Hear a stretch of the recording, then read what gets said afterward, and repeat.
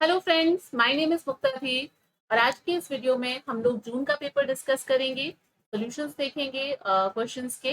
ये पार्ट 1 है जिसमें मैंने 10 क्वेश्चंस लिए हैं और इस तरीके से we will cover this entire paper into many parts. किसी में 10, किसी में 15 क्वेश्चंस, ऐसे करके हम लोग जून का पूरा पेपर ज्योग्राफी का जो है वो हम लोग डिस्कस करेंगे। तो शुरू करते हैं। ये छोटा सा इंट्रोडक्शन है मेरा और यहाँ पे आ जाओ। हमारा question number 1 which is 1 number question in paper.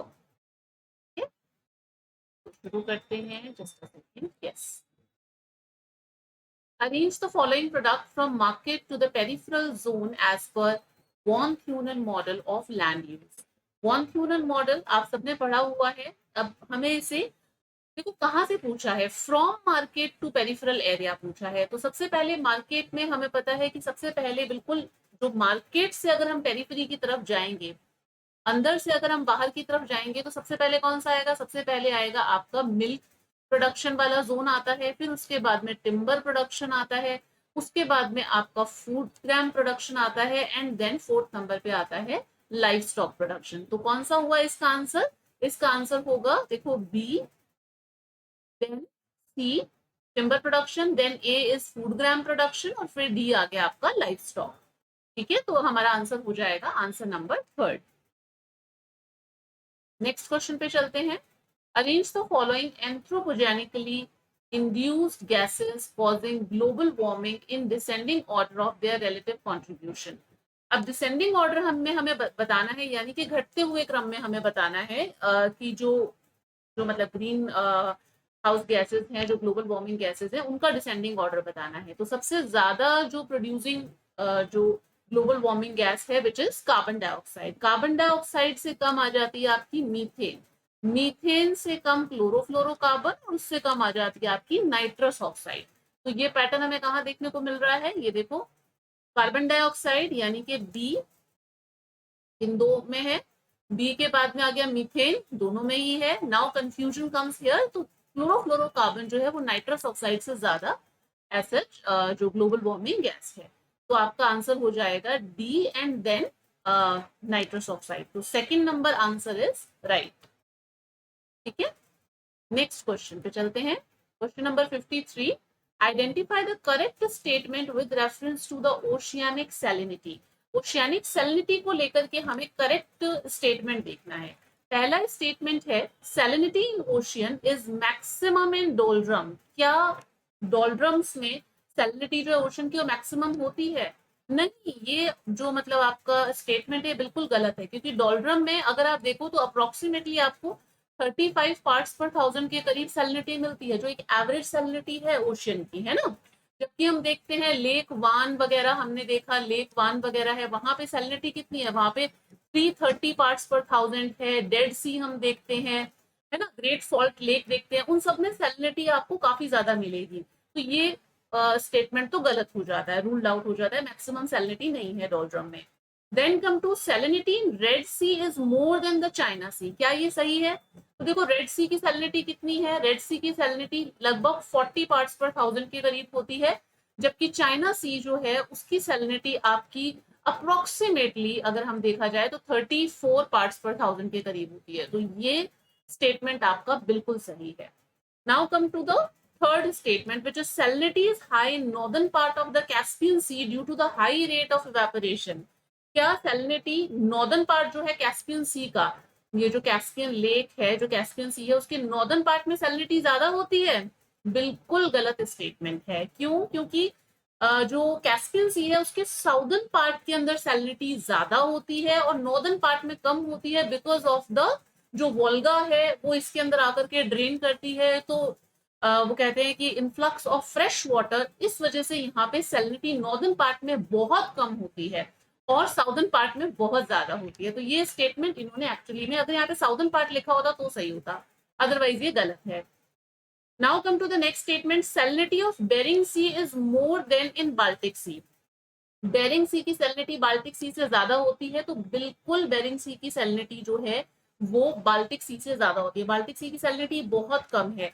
मतलब अगर हम बाल्टिक सी की बात करें, हाँ, बाल्टिक सी की अगर हम बात करें तो लगभग 7.5 टू 10 पार्ट्स पर 1000 के करीब होती है, जबकि बेरिंग सी जो है उसकी सैलिनिटी आपको कंपैरेटिवली ज्यादा मिलेगी, वो 31 पार्ट्स पर 1000 टू 33 पार्ट्स पर 1000 के करीब होती है।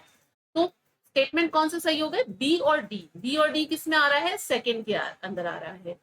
आप इस क्वेश्चन को एज सच अगर आप मतलब चाहें तो वैसे भी रूल आउट कर सकते हैं।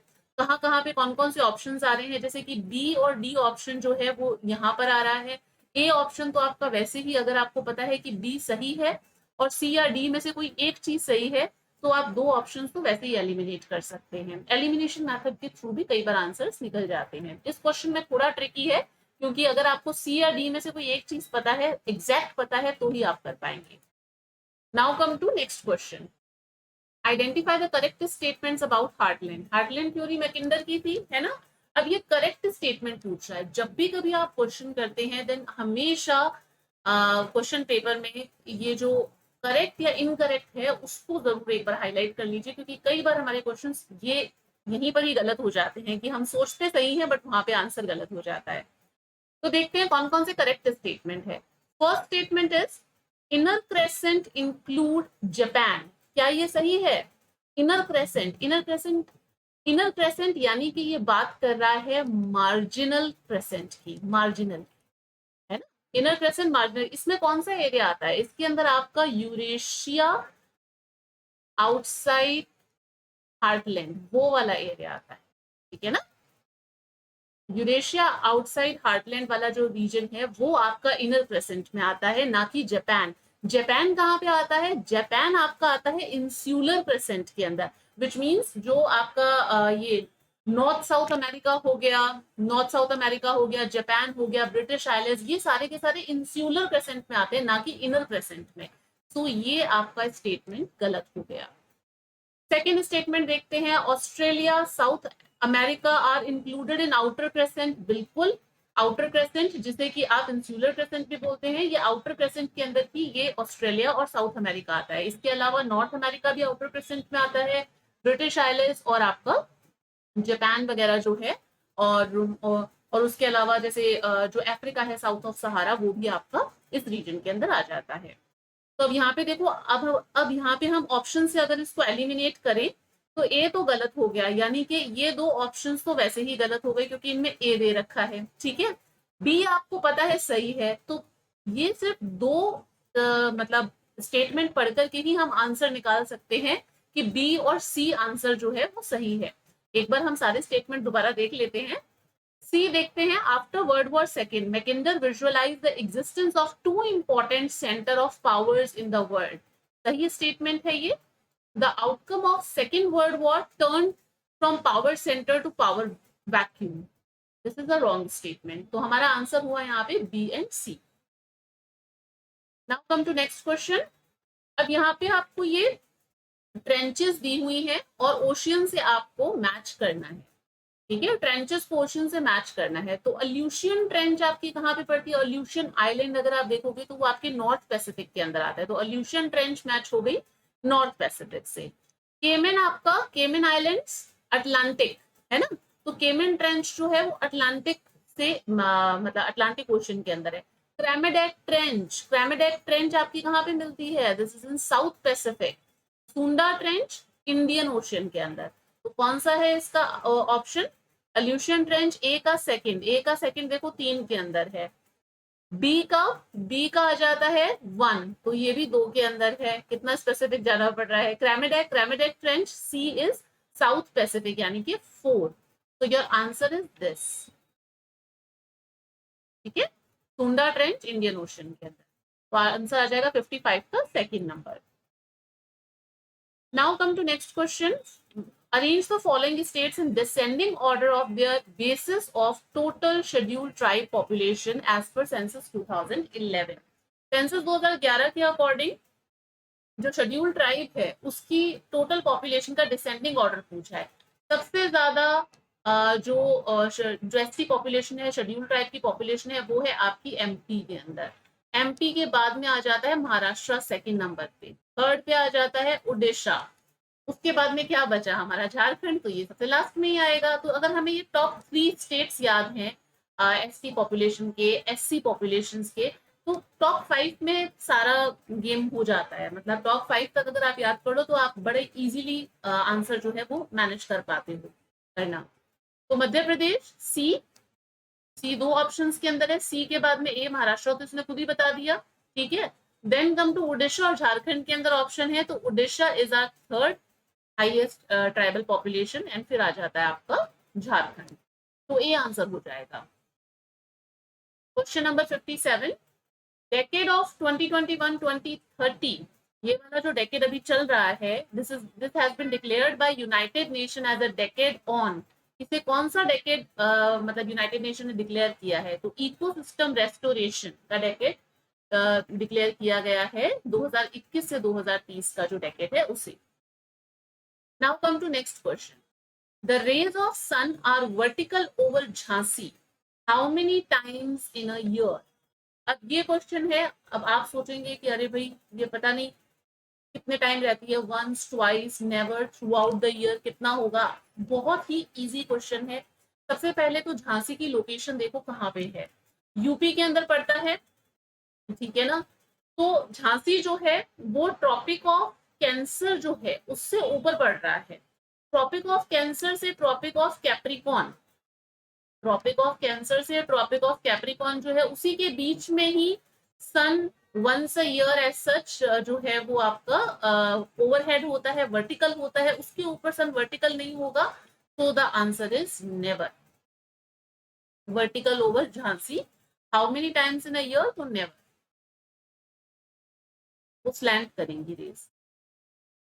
Next question, in Occidental cultural realm, what holds an important influence? Occidental cultural realm, अगर आपको Occidental cultural realm के बारे में पता है कि इसके अंदर कौन कौन से रीजन आते हैं, तो आप वैसे ही आंसर निकाल लेंगे। Occidental cultural realm जो है इसके अंदर आपका वेस्टर्न यूरोप हो गया एंड न्यू वर्ल्ड हो गया, न्यू वर्ल्ड जो आपका नॉर्थ अमेरिका साउथ अमेरिका वगैरह है वो हो गया। तो यहाँ पे कौन सा कल्चर डोमिनेंट है, क्रिश्चियनिटी डोमिनेंट है, वेरी वेल सेड, क्रिश्चियनिटी है ना, तो इसका आंसर हो जाएगा Christianity. Now last question, arrange the following strategic straits of Indian Ocean from east to west. ये ध्यान रखना यहाँ पे आपसे ईस्ट टू वेस्ट पूछा गया है, यानी कि यू सीक्वेंस पूछा गया है, ठीक है, ईस्ट टू वेस्ट। पाक स्ट्रेट, स्ट्रेट ऑफ हॉर्मूज, बैबले मंडाब और मलाक्का स्ट्रेट। अब एक एक करके देखें कि भाई ये स्ट्रेट कहाँ पड़ती है। पाक स्ट्रेट तो हमें पता है इंडिया में पड़ती है ना, इंडिया श्रीलंका के बीच में पड़ती है पाक straight.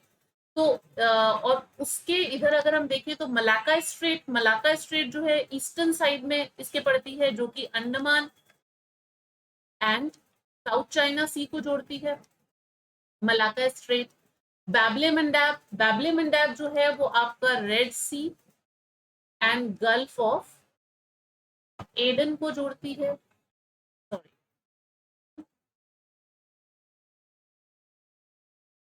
Just a second, let me read, Gulf of Aden, just a second, Gulf of Aden, ठीक है, gulf something is, anyways, strait of Hormuz, strait of Hormuz जो है ये आपकी Persian Gulf and Gulf of Oman को connect करती है। अब मैप के अंदर आप एक बार विजुअलाइज करके देखो, ईस्टर्न साइड में आपका अंडमान सी और ये चाइना सी को कनेक्ट करती हुई ये आपकी मलाक्का स्ट्रेट पड़ती है। फिर उसके अगर आप थोड़ा सा इधर की तरफ आओगे तो यहाँ पे आपकी पाक स्ट्रेट आ जाएगी। फिर अगर आप उसके थोड़ा सा इधर आएंगे तो फिर आपको बैबले मंडाब और आपको स्ट्रेट ऑफ हॉर्मूज दिखाई देगी। तो ईस्ट टू वेस्ट हमसे पूछा गया है, तो ईस्टर्न साइड में मलाक्का स्ट्रेट, यानी कि इन दोनों में से कोई आंसर होगा, मलाक्का स्ट्रेट डी। फिर उसके बाद में आपकी कौन सी आ जाती है, पाक स्ट्रेट।